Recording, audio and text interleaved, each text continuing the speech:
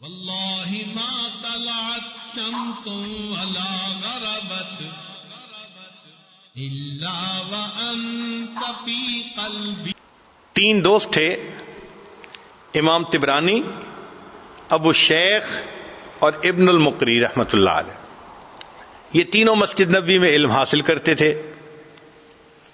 اللہ کی شان کہ تینوں کے پاس خرچہ ختم ہو گیا تو 3 دن تک تو تینوں نے فاقہ برداشت کر لیا. 3 دن کے بعد فاقہ برداشت کرنا مشکل ہو گیا تو 2 دوست تو چلے گئے اپنے گھروں کو واپس.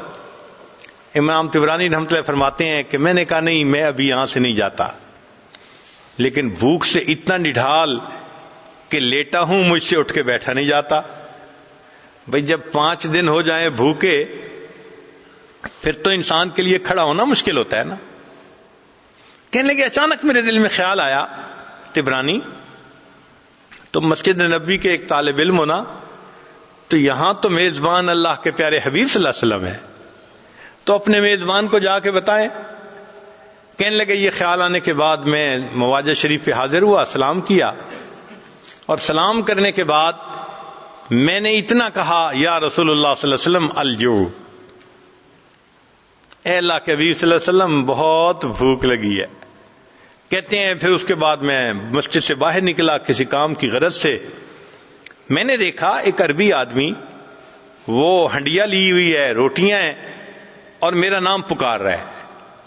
جب میں نے اپنا نام سنا تو میں نے پوچھا میرا نام آپ کیسے پکار رہے ہیں؟ وہ کہنے لگا میں مسجد نبوی کا پڑوسی ہوں، ایک دیوار ہے مسجد نبوی کے ساتھ.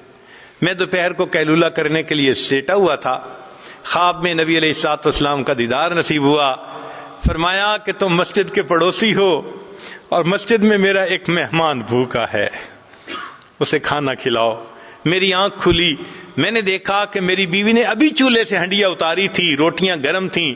میں نے کہا کہ اپنے لیے اور کھانا بنا لو، میں یہ محبوب صلی اللہ علیہ وسلم کے مہمان کو کھانا کھلانے کے لیے جا رہا ہوں. میں اس وقت سے دروازے پر آ کر تمہارا نام پکار رہا ہوں. یہ علم کی طلب کرنے والے اللہ اور اس کے رسول صلی اللہ علیہ وسلم کے ہاں ایسا مقام رکھتے ہیں.